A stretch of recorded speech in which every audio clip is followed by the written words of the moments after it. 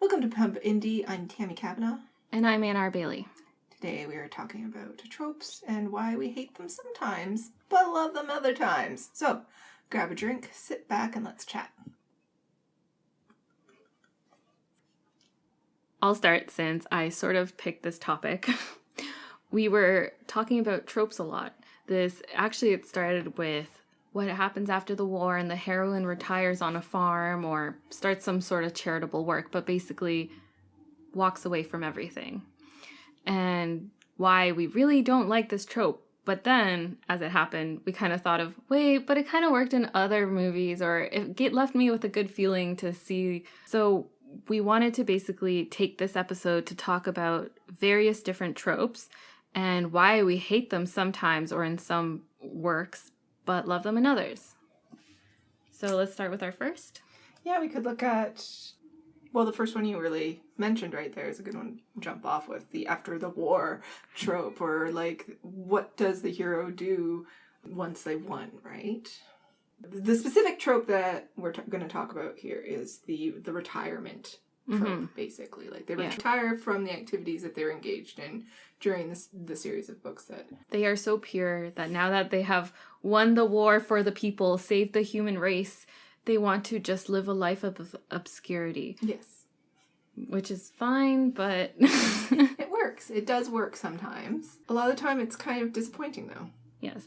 Let's talk about the biggest one. It's been on our mind a lot. Sorry to harp on the Grisha trilogy. Oh, we can't help it. A TV show. It's just everywhere, so we keep getting reminded of it. I'm going to be real. I haven't finished the series. I read the first book. I tried to read the second book. So I've just spoiled myself with everything. And you did finish the series. Yes, I did. What really struck me, what I would have liked to see as a character growth almost, is she did start from this position of being powerless and everything in her life was dictated for her, including she has to go out to live in the little palace because suddenly she's a Grisha and the Sun Summoner.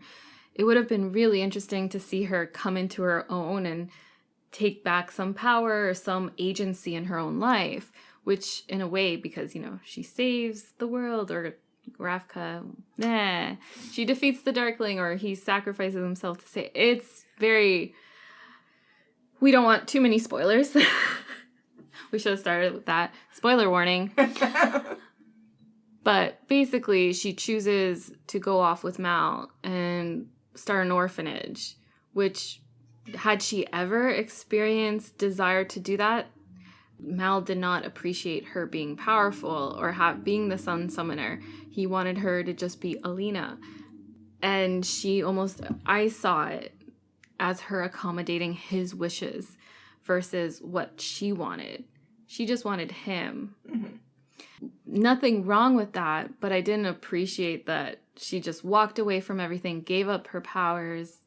Yeah, from what I've read, spoiler-wise, on the wikis and such, doesn't sound like the kind of ending I appreciate. Like, the story I was imagining that this could turn into while I was reading the first book was completely different. Much more exciting to my mind. Like, here's this girl from nowhere who's denied her power and denied her, herself for so long. Like, I was like, she's going to accept it. There's going to be people who see her as a saint. There's going to be people who want to, worship her as a saint. There's people who are going to want to use her to gain power. How can she be the one who uses her situation to gain power herself? I didn't really understand much about the world at that time. Apparently, to become a saint, you have to sacrifice yourself. So that's kind of fun to think about. It wasn't, honestly, once I found that out, I was like, well, who wants to be a saint then? Yeah, no wonder. That doesn't sound fun to me. It doesn't sound like something I'd want to go after. And I guess she does become a saint, but she, doesn't sacrifice her life. She sacrifices a part of herself. She sacrifices her powers. Mm-hmm. At least that's what I've read. And that also just does not appeal to me. Like, that's her giving up the part of herself that ever wanted to be more. Mm-hmm. As though that want to be more was bad. Yeah. It was, I think for me, it just sat wrong with me that her whole childhood or life, as far as we know from the book, she suppressed that part of herself that had the magic. So she could stay with Mal, so she could stay together with him. fine to some extent, but shouldn't the message be he should learn to accept her, and she has learned that she is who she is? Shouldn't there be some sort of middle ground? And maybe she chooses she doesn't want to be with Mel after all. It doesn't matter that point, but I really hate that once again she's back to where she started at the beginning. Yeah. And it's the after the war trope. And I think there's another book series that surprised me. I guess it's also movies. The Hunger Games. Any Infamous. thoughts on that? Infamous ending. Which I guess also divided readers just the same as Shadow and Bone's ending appears to have divided readers. Again, Katniss gives up power. I can understand her choice a little bit better. Mm-hmm. At the same time, I don't understand her choice to marry Peeta or go off and live a idyllic life in the country and have kids.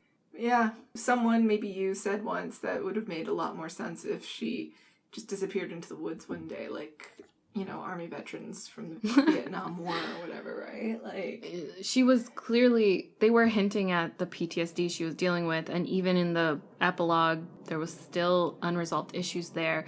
So, yeah, some people push through, but it's disappointing to see that, once again, she is powering through to please others almost. Yeah. Yeah.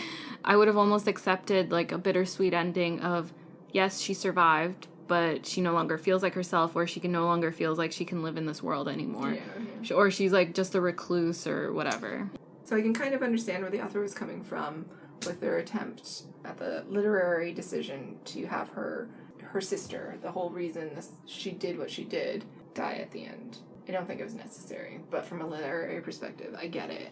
What's the point when the only reason you were doing something is no longer there? But it was a very hopeless situation. I find it kind of hard to believe that her sister would do that, put herself in harm's way after everything Katniss had done to protect her. Mm-hmm. But then again, her sister is her own person. So. And she might have wanted to, you're helping, I want to help too. I just don't see, yeah, for sure, I can see that mentality. I just don't see Katniss marrying Peeta and having children. And I see her either, you know, dedicating her life to making sure no one else does to other people what happened to her and her sister. Or if she has to get married, then I would see her moving somewhere else that doesn't remind her of anything that happened before. Mm-hmm. And, like, meeting someone she had nothing to do with it and living a life, you know? Mm-hmm. It wasn't as disappointing as the Grisha trilogy. It would be unexpected. Fair enough. So, again, spoiler warning, because I will be spoiling some things, but a more mainstream book that everyone might have heard of is The Fifth Season.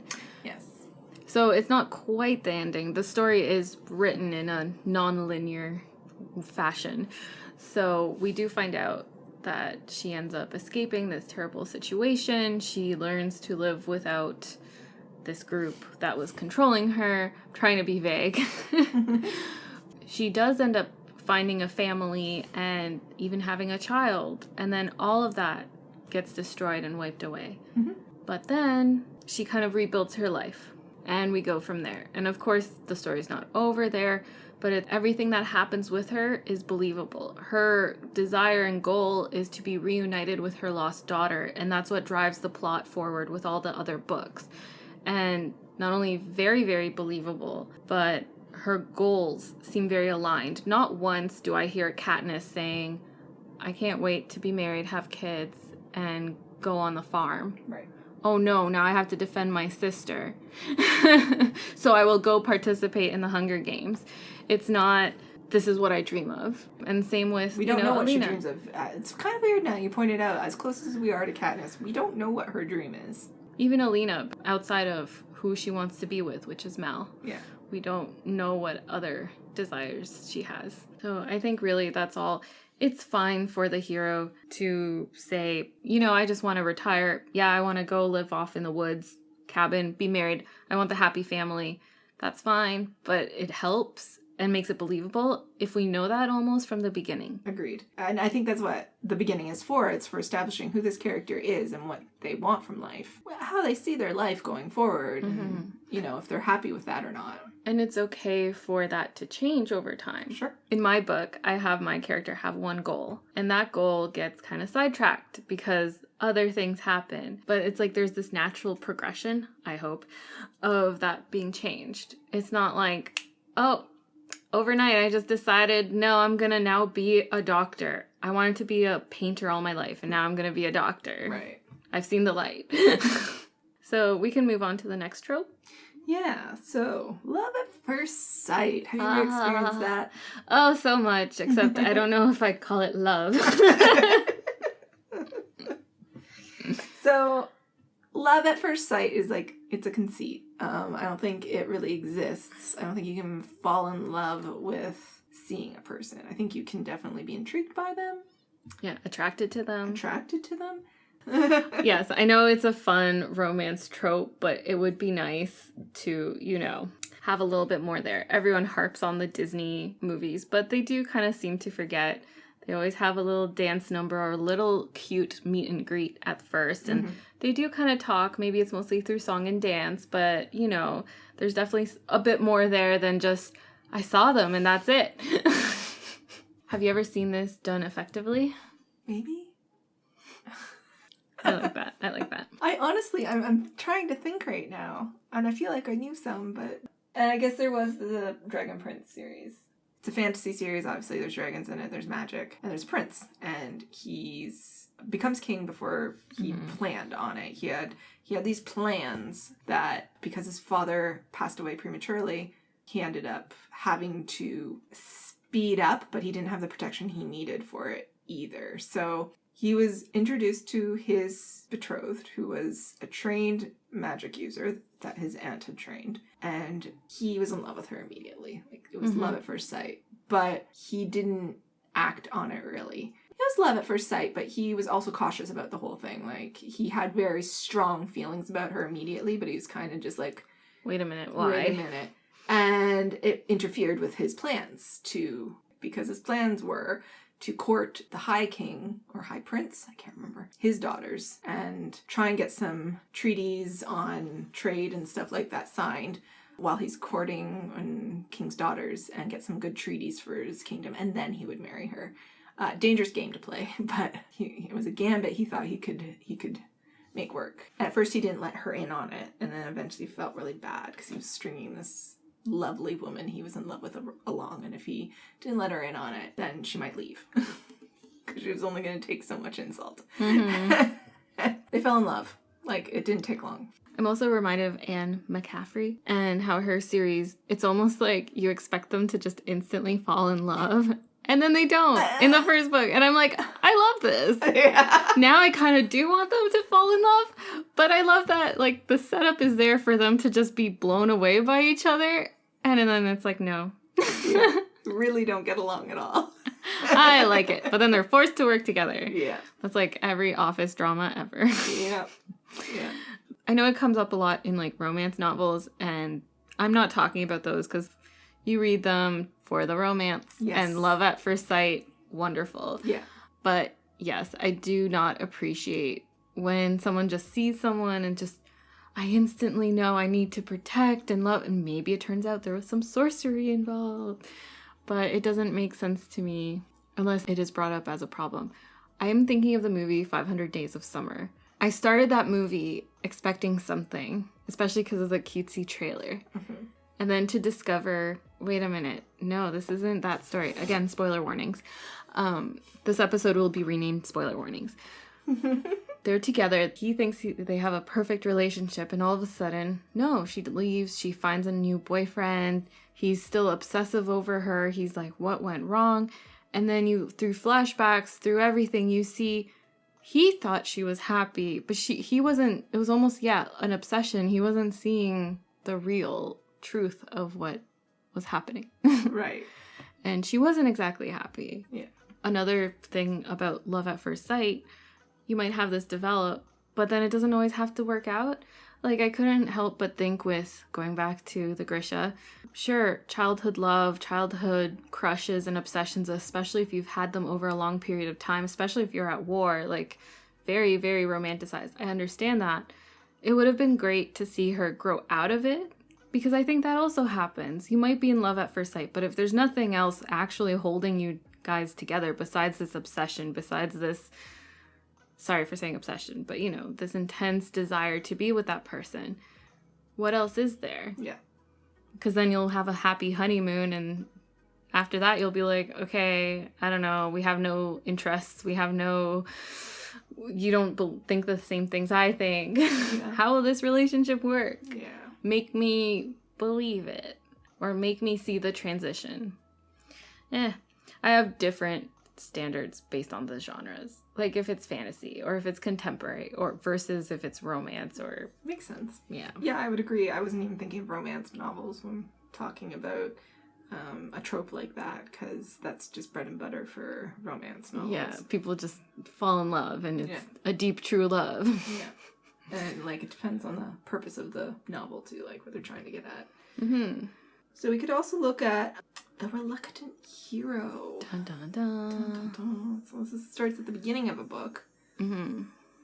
And we could talk about... What is a reluctant hero? What is a reluctant hero? Yeah, it's where the call to action comes, and the hero says, I don't want to do this, and tries everything they can to get out of doing it.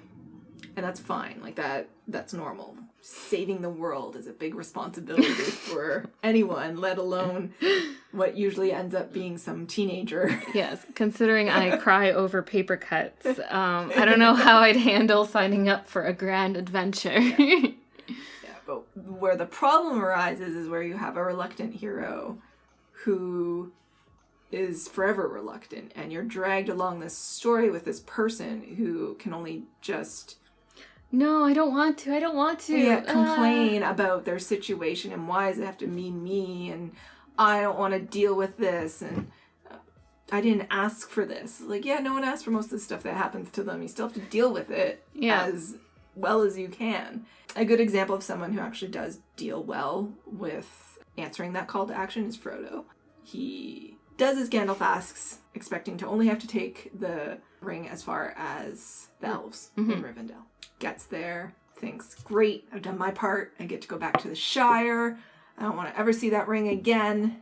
Yeah, he's planning his trip back home. Yeah, his friends are excited to get going, enjoying all the food the elves have to offer. And then he, sits in on this council, and they're all just, no one looks like they're able to do anything with the ring. They don't even seem to be able to touch it without it potentially corrupting them, Oh, he's the only option. Yeah. I have to do this. This isn't a choice. No one's going to make me. But if I don't do it, then the world is in trouble. Mm-hmm. Yeah, another one I really appreciate is the Rainwild Chronicles by Robin Hobb. Of course, everything will be contrived to some degree. But there are so many reluctant heroes in that. And I like it. Because it's very believable. One of the main characters starts off the journey just wishing to go study dragons, just to look at them, just to take notes, just to, and then she gets pulled on an adventure because she sees, oh no, if I don't go, I have the knowledge, all these dragons will die without me, so I'm gonna go and help and whatever. Mm-hmm. But there is this interesting transition that once that decision is made, she's not only committed to it, but will do her best or acknowledge that I made this choice. Sure, maybe in a way she was put in an impossible situation, but she made the choice. That applies to our lives too. And then there's another character in the same book. She faces a lot of discrimination and hate at home. And same thing, she is like, join this quest and you can escape it. It's a bit reluctant because obviously she'd rather stay at home. She's not very pleased about the whole dragon situation. But she goes. And same thing. She accepts that she has made this decision. And I think the reluctant hero trope becomes irritating when the hero complains the whole time. Instead of, I have made that choice. I have to, I've made that bed. I'm going to lie in it. Yeah. This is a situation I'm in. I acknowledge it sucks, but that's not going to change anything, so I might as well start being the best person I can be for this situation. Another one would be City of Brass. I like it. It's done a bit better. There's a lot of interesting things in the book that do distract me, but I would say for a significant part of the first and second book, she's kind of being dragged along, but that does change. And I think the whole time is that she just wants to get back to her normal life, which makes sense. However, at least eventually once she commits to doing a thing, she does. And she tries to, So I guess the reluctant hero I could think of was probably Jon Snow. He's fairly reluctant, especially in The show. Oh God, the show. Especially the 8th season. Holy shit! Yeah. Keep it PG too. Yeah, I know. I've been trying this whole time. I think in the books, he knows his place by the time we meet him in the books, but it's made apparent that he had dreams of grandeur as a child. Like, he grew up thinking he could be anything he wanted to be. Anything he wanted to be, yeah. He was precocious. He's probably more like Arya. And, I mean, in the books, they say that Arya and Jon are the most alike of their siblings. Whereas in the show, they make him very sour and mopey. And he's more best friends with Robb. So, like, I think in the books, I could see him finding out, he's the son of Prince Rhaegar and being like, I do have a calling. I do have a purpose. And getting into his head that, and maybe something tragic befalls him because, I mean, George R. R. Martin's initial goal with that series was to be like, yes, there are people who think they're important, but they still succumb to death just like anyone else. Yeah. Going back to that, when he finds out that he's a Targaryen, honestly, I would use that. It would have been interesting if she hadn't agreed to come fight in the north until he found out that he was a Targaryen and used that as a bargaining chip to get what he wanted. Oh my God! There's so many things about that show that could have been better. If we get started on that, like, yes, the others should have been the final battle. But the showrunners, for whatever reason, thought that Cersei was the big bad. She's not. She's quite human, fragile, and should have been killed by Jaime. But yes, no, just focusing on the whole reluctant hero thing. Jon was reluctant to a fault, especially in those last seasons. I don't want to be king. I just want to help people. Fine, but work within the system. And it was like very annoying. And the fact that the minute he could give up the throne without thinking of repercussions for everyone else, including himself and the morale of everyone around, he's like, yes, I give up the throne. Yeah. I bow the knee to you, Daenerys. Like, fine, I get it. It's fine, but, like, wouldn't he have thought, oh, what will my people in the north think? Yeah, I don't think doing it on a boat, or a ship, I should say, was a good call on his part. There was just a lot of issues with... Yeah, but it was just annoying. He would never have had to have gone to see her. Yeah. In the first place. They did that because they really wanted them to meet sooner rather than later. And it never, in the books, it would never be him. He cannot leave the north when it's in danger like that. There's no way he would have thought to do so. Yeah. If anything, he would have been sending crows back and forth with her, being like, no, you come see me if it's so important. I have bigger problems than you right now. Yeah. And then, yes, there's a lot of things they did with that show. And then, they went to the north to find proof, to convince Cersei to... You don't need to. You have dragons. Just go destroy her. Yeah. Take her men, bring them north, and fight the others. Yeah. It's one of those, you will never convince her, or even if you do convince her, what do you think she'll do? Send men up? And why would you trust those men? Yeah. Well, Tyrion became an idiot at the end because he trusted her to send her men. Like, he knows she wasn't going to send them. She said what she needed to get people to leave her alone long enough for her to, like... come up with a plan for the dragons. Yeah. Tyrion would have known better. No. Yes. So many people have done several videos and analysis of this, but I encourage you to go and watch. Yes, but just... It's honestly that whole reluctant trope. And that's what I don't understand why people hated on Daenerys so much. She wanted to be queen. She embraced that, and everyone's like, She was reluctant at the beginning, too. She was willing to just be her brother's bargaining chip. She didn't see herself as queen. It wasn't until she had a taste of power and what it meant to not be under the thumb of her brother that she was like, oh, this is nice. Yeah, like, I don't want anyone to feel how I felt all those years. And I can help other people. Yeah.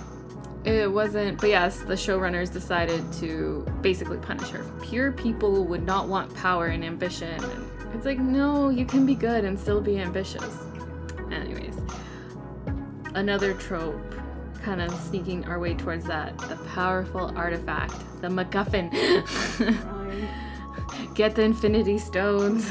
I kind of have one of those, several of those in my book that I'm working on. And it is hard to not make it a conceit, or not to make it about the MacGuffin. I think that when it comes to the powerful artifact, that it's the purpose for the plot you're in, sure. Mm-hmm. But the story shouldn't be all about it. It's the reason for the situations your characters find themselves in. Mm-hmm. And how they get out of that is up to them. It has nothing to do with the powerful artifact. Mm-hmm. I'm kind of blanking on the powerful artifact. Do you have any Sword other? in the Stone. Yeah. Gotta get that sword for reasons. Powerful artifact. The Holy Grail. Mm-hmm. You know, like Arthurian legends are full of powerful artifacts. Krishna trilogy, we gotta find those amplifiers. I gotta find those amplifiers! And we never even knew existed. We thought they were rumors. But apparently they're very easy to find. It's just this white stag walking around that no one thought to shoot an arrow at before. Yep. Or this stumbled giant across serpent in the sea that no one thought to shoot harpoons at, or even see, like, report findings of seeing. Like, I'm pretty, like, they didn't work that hard to find it. Come on. Yeah, I found it. That's kind of one of the reasons I stopped reading the second book, was because I was like, how's Mal tracking it? I don't understand. And I get that later on, I guess he's an sorry, spoilers. He's an amplifier, and that's supposed to explain it somehow. I don't know how, but apparently that's supposed to explain it. But why did up till now? But no one else thinks Here's the thing, the Darkling's an amplifier too. Yeah, why didn't he why go couldn't looking? he find it? Yeah. Because he's evil. Too contrived. A bit too contrived. A bit too contrived. It would have been more interesting if only when the Sun Summoner is born that these artifacts appear in the world. Sure. Some kind of plot reason for no one else having gone after these creatures before. And honestly, would have appreciated a little bit more information on them in the book, because I still didn't understand what they were. No, and like they seem to be this huge thing, and like, oh, we need to find them, we'll never find them. And I thought they would almost be end game. And no, by the first book they have one, second book they have another. Like, whoa. We have the other one before the beginning of the first book or second book is done. Yeah. Like it's the intro chapter, basically. For as much as people hate the Sword of Truth series, there are a few MacGuffins in there, but some of them are done rather well, and they have repercussions for the whole thing. This guy tampers with magic, trying to be all spoiler free, puts these things into play. And because of that, there's all these rules. So when the boxes are put into play, you have X number of days to make a decision and to find this one other object that suddenly appears. Because magic, blah, blah, blah, blah, blah. So it completely makes sense that the evil guy wouldn't have just found that one object you needed to activate everything. Mm-hmm. But if it already existed in the world, why wouldn't the Darkling, if he'd been alive for centuries, been hunting down these amplifiers? Because he knows that when the Sun Summoner comes, we will need those amplifiers. Yeah. Why wouldn't he have them, like, stored away in the basement, gathering dust? Why wouldn't he use them for himself? There's so many questions. So many questions. Yes, that's when I get irritated with the powerful artifact. We have to find the sword. We have to find the key that unlocks the secrets to humanity. It is fine to a certain extent, but very, very careful when implementing it, because, yes, it tends to irritate me, to be honest. I think I'd never finished my thought about Mal and his... and how. Like, they're on the ocean, and I get it, there's things you can see on the ocean, but usually those things are stars and cloud patterns and waves. I don't understand how he's tracking this creature that, what in the ocean is telling him where to go. Yes. I mean, they should have made it more clear that it's this inner thing pulling him towards, because then it's more like magic. Yeah. You're on a boat. You're not... He wasn't even looking over the side. He was just on the boat being like, it's to the left. Yeah, like, what is he doing? Like, I don't understand how he's tracking it. For whales, I think they traveled in pods. And they wherever fish are, they would probably be, or krill, depending on what kind they're hunting. They just kind of learned their migration patterns, too. Yeah.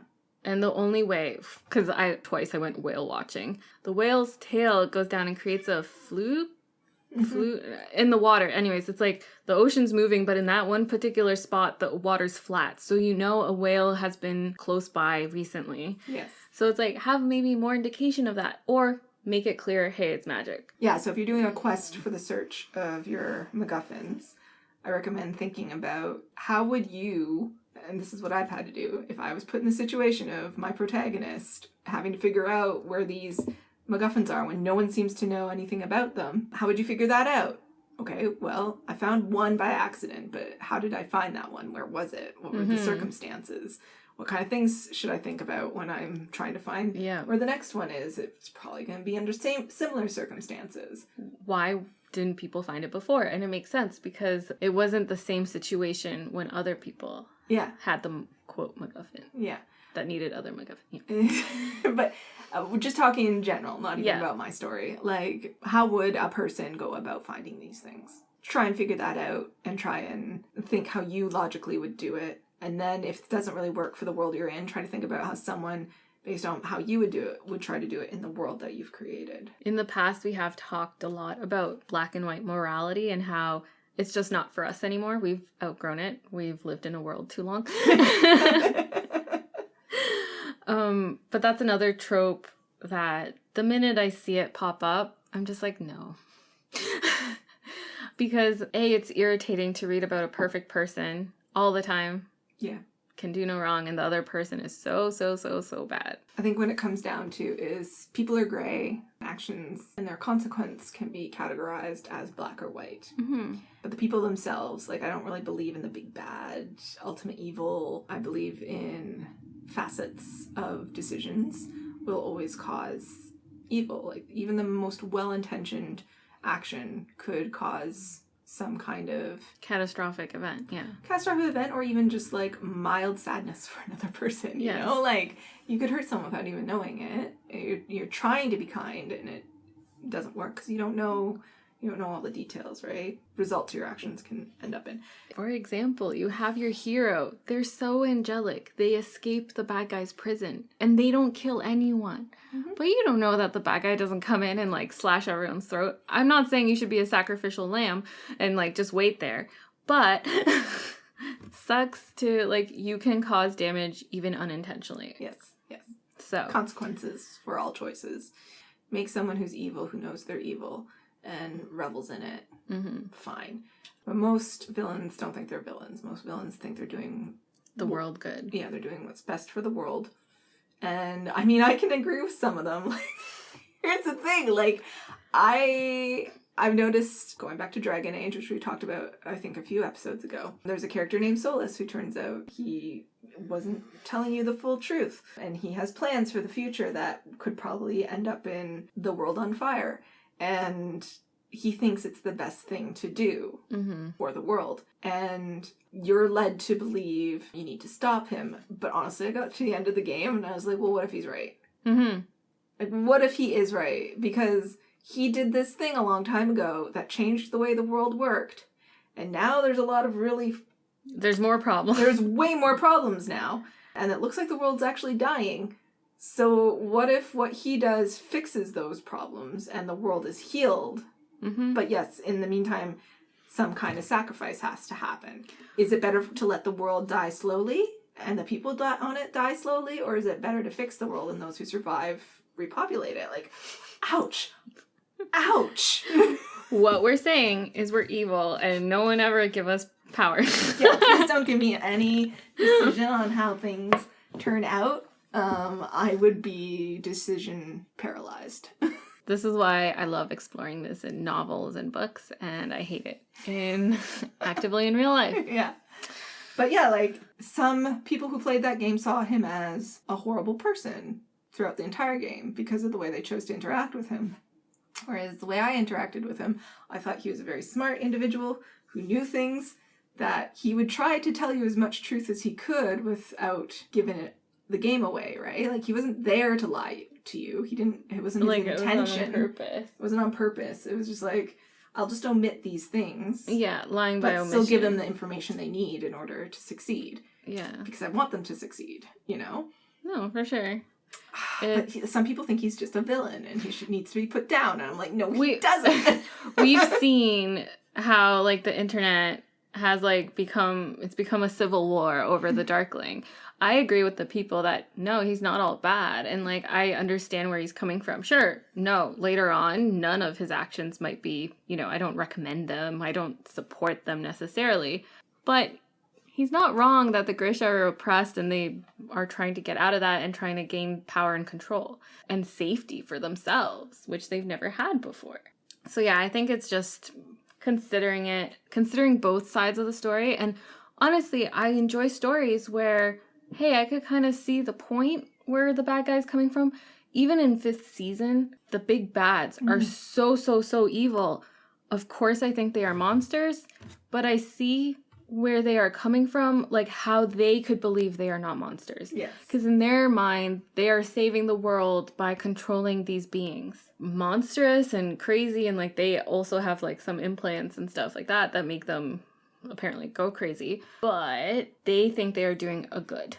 Yeah, so when it comes down to the morality in your book, you really need to look at it from the different perspectives of those people in your book. Like, sure, maybe your heroine or hero doesn't agree with the person they're up against. Even you don't agree. But do they disagree with everything? Yeah. And if they do disagree that bad with their solution, what's their solution? So we've talked for a very long time. As always. As always. We love our tropes. We love analyzing our likes and our wants and our hates. Yeah. Hate's a strong word. Dislikes. Hate is a strong word. As much as we like to bring up, say, like, the Grishaverse or Lord of the Rings. Like, Lord of the Rings, you could say, is the epitome of fantasy, but it has its flaws, too. Yeah. And It's not for everyone. Yeah, it's not for everyone. And as much as we talk about the Grishaverse, it's beloved by a lot of people. It does have some good characterization. The writing is very well done. She is a very good writer. I just feel like... I like the setup for the world. The setup for the world is very good, but it feels like it's very YA. It's like young YA. It's not even like older YA. There's just a lot in there that is missing at this point that I need for these kinds of stories. We're going to wrap it up now. Say goodbye. Yes. And we hope to you guys, not each other. We're hanging out a little longer. Shh, don't tell them. Join us next month. Yeah, let us know, what tropes you like, what tropes you don't like, where you've seen them done well that you don't like, and where you've seen them done bad that you do like. If that made any sense. Bye. Bye.